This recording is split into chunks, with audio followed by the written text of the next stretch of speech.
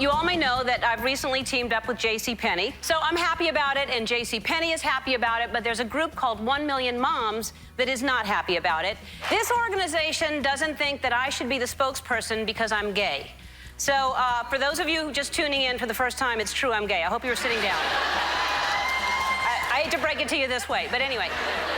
So they wanted to get me fired, and I am proud and happy to say that JCPenney stuck by their decision to make me their spokesperson. Ellen DeGeneres responding yesterday for the first time since this controversy made headlines last week. It's 8 o'clock. Welcome back to CBS This Morning. I'm Gail King. And I'm Charlie Rose. JCPenney hired Ellen DeGeneres to help the company rebuild its customer base. In a statement last week, JCPenney said it stands behind its partnership with the talk show host. With us now from Plano, Texas, JCPenney CEO Ron Johnson. This is his first interview since the controversy began. Welcome. Good morning. It's good to have you on the program. We want to talk more about your plans for JCPenney, but let's first move to the controversy. Tell me how you approached the controversy and how you set about to make the decision you did and whether you have put the controversy behind you. Yeah, well, we don't really look at it as a controversy. One of the great things about America is people can speak their mind. And, you know, the organization that believes one thing is spoken, and it was great to see Ellen, share her views yesterday. And we stand squarely behind Ellen as our spokesperson. And that's a great thing because she shares the same values that we do.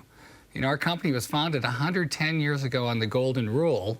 It's about treating people fair and square, just like you'd be treated yourself. And we think Ellen represents the values of our company and the values that we share. Did you ever have, Ron Johnson, did you ever have a rut-row moment where you thought, well, maybe we should reconsider, or was it from the very beginning a no-brainer for you? Because this kicked up a lot of heat. It was a no-brainer. Good. You know, it's interesting, if you go back to when last November, when we decided we were going to make some big changes to JCPenney, which are really going back to our roots to treat people fair and squarely, we debated, should we have a spokesperson help us? And it's not that common that companies use spokespeople, but if you could find the exact right person, we thought it'd be great. And as we thought about all the people, in America today, we thought Ellen would be the perfect person because we all kind of trust her. She's a very honest, straightforward person with extraordinary values.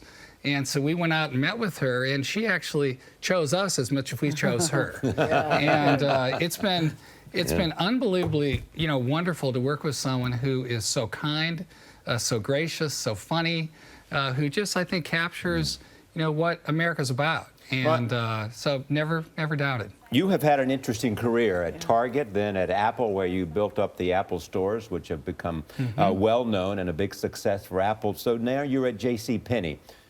What do you hope to do with this company? How do you want us to perceive this company in the future? Well, I think we've got this chance to be America's favorite store. We don't want to be the biggest store, the flashiest. We just want to be your favorite store. And that's a place that, the store's kind of in touch with the rhythm of your life. So as a big example, for the last few years, retailers have marked goods up to mark them down, and customers have to shop on the retailer's terms. And we'd like them to shop whenever it's convenient for them. And so we've introduced a new pricing strategy, which essentially makes every day a great day to shop. And I think that is one of the secrets toward locking a lot of improvements for customers, which get down to the products we carry and how we treat them in the store. And we just want to become America's favorite store. What did you learn from Steve Jobs? Oh, I learned so much from Steve. It was a blessing to get to work for 12 years with, one of the greatest people our country's ever had. But the most important thing he told me was to trust your intuition and do the right thing, and that's what we're doing here with Ellen.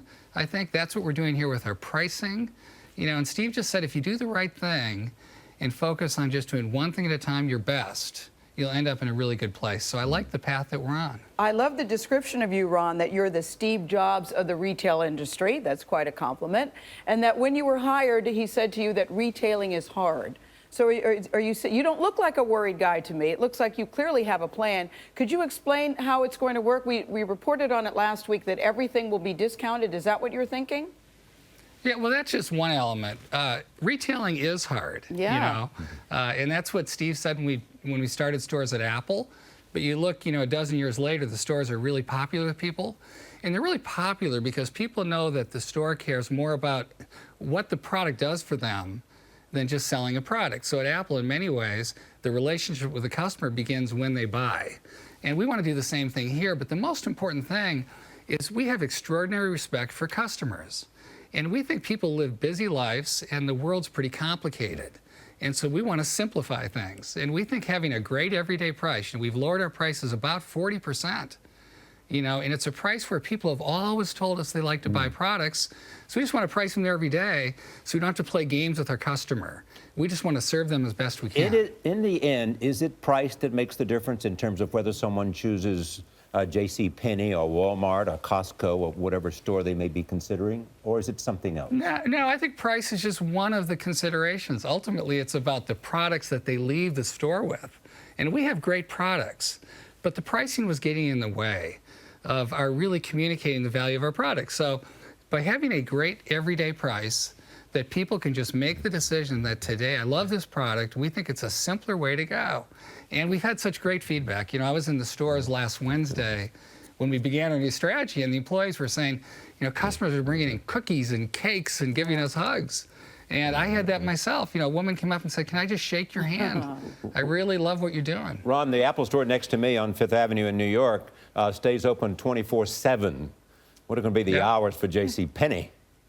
Oh, we'll be open whenever you need to come. No, we're gonna actually honor traditional retail hours. Even on days like Thanksgiving, we think stores should be a part of someone's lives, but they shouldn't interrupt people's lives. So we're not going to do these early morning things where you have to get up at 4 a.m. to get a good value. We kind of want you rested in our stores. We want you to live your life, whatever that needs to be. If you got to go coach soccer for the kids, go coach soccer. You're but when competing you want against to buy Target. something, You're competing against Target, Ron Johnson. You feeling okay about that? I feel great. Target's yeah. a great company. I loved working there, but we're doing a new thing. All right. Is that a JCPenney outfit before we go? I'm curious. No, this isn't, but I will have one next time. Okay. I hope we see you again. Thank you, Ron Johnson.